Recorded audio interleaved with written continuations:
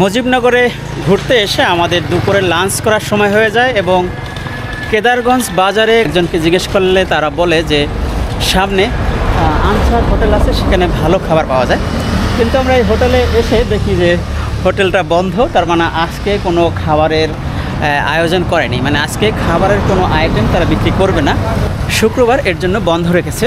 তো বুঝলাম না যে শুক্রবারে কিন্তু বেশি চলার কথা, শুক্রবারে অনেক দর্শনার্থী অনেক ভ্রমণকারীরা আসে, তাদের কাছেই তো বিক্রি করতে হবে। কিন্তু দেখি এখানে শুক্রবারের জন্য বন্ধ রেখেছে।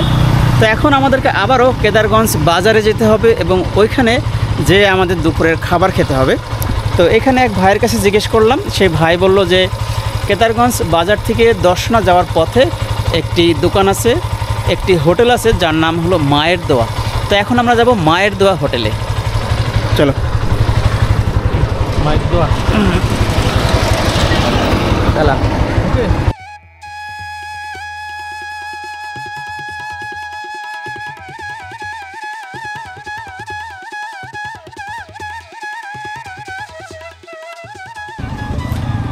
প্রথমে আমরা আনসার হোটেলে গেলাম, সেখানে দেখলাম যে বন্ধ।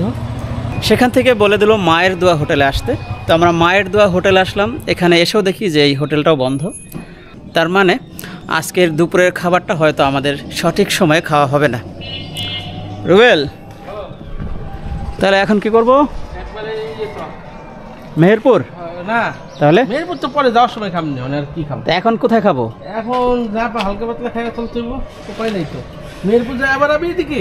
না না না, তাহলে একবারে কাশারি ওটাই তো বলতেছি। না খেয়ে আমাদেরকে এখন যেতে হচ্ছে মুজিবনগরে। তো মুজিবনগরে দেখি যে খাবার কিছু পাওয়া যায় কিনা। ভারী খাবার না পেলেও হালকা খাবার খেয়ে দুপুরটা পার।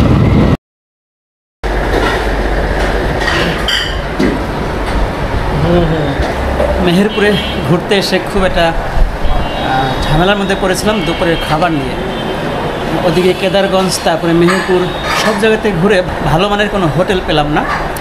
তারপরে আরেকটা বিষয় হলো যে যেহেতু ঈদের পরে, তাই অধিকাংশ হোটেলগুলো বন্ধ ছিল। অবশ্য সে ঠিক মেহেরপুর গেটের পূর্বে কোনোরকম, একেবারে কোনোরকম না হলেই নয়, এরকম একটা হোটেলে ঢুকে আমরা খাবার খাচ্ছি। এখানে শুধু গরুর মাংস আর ডাল আর সাদা ভাত, এছাড়া আর কিছুই নেই। তো মাংসটা মোটামুটি ভালো লাগতেছে। আপনি যদি একজন ট্রাভেলার হন আর আপনি যদি ট্রাভেল করার সময় সমস্যার সম্মুখীন হন, তাহলে সেগুলো আপনাকে হাসি মুখে সমাধান করতে হবে। আজকে আমাদের সাথে যেটা ঘটেছে, মেহেরপুরে এসে দুপুরে খাবারের জন্য ভালো মানের হোটেল পাচ্ছিলাম না, তারপরেও একটা পেয়েছি, আলহামদুলিল্লাহ। হয়তো হোটেলের পরিবেশটা খুব একটা ভালো ছিল না, কিন্তু খাবারের মান যথেষ্ট ছিল।